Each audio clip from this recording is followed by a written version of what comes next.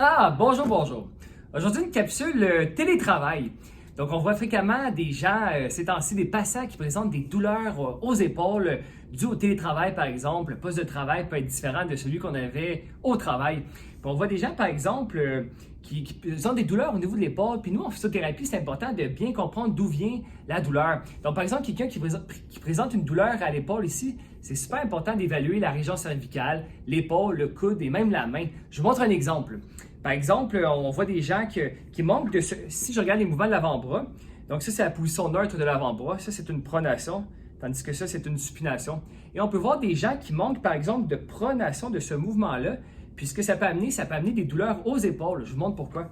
Donc, par exemple, si j'ai de la misère, si j'ai pas assez de pronation de ce mouvement-là pour venir appuyer mes touches de mon clavier comme ça, on voit des gens, par exemple, qui sont pas capables d'y arriver avec les avant-bras. Donc, ils vont venir compenser en faisant une rotation interne à l'épaule, une élévation de l'épaule comme ça, ce qui pourrait amener des douleurs aux épaules comme ça ici. Donc, la cause de ce problème-là serait, par exemple, un manque de mobilité au niveau de l'avant-bras pour effectuer ce mouvement-là. Donc, on vient compenser avec l'épaule pour venir se positionner comme ça. Et on voit des gens qui, ça peut amener aussi des douleurs au niveau de l'épaule, au niveau du cou ici, pour venir taper comme ça. Donc, c'est pour ça qu'en physio, il faut vraiment effectuer un scan et bien comprendre d'où vient la source de la douleur, la cause de la douleur. Et voici un exemple, donc une raideur à l'avant-bras qui peut causer des douleurs, qui peut favoriser des douleurs un peu plus haut. Donc, merci de votre écoute. À une prochaine capsule.